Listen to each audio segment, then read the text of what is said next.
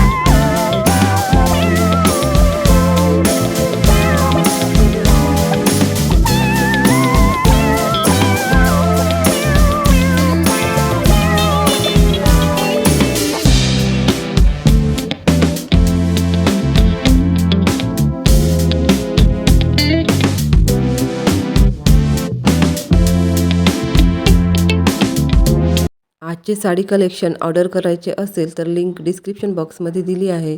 Thanks for watching.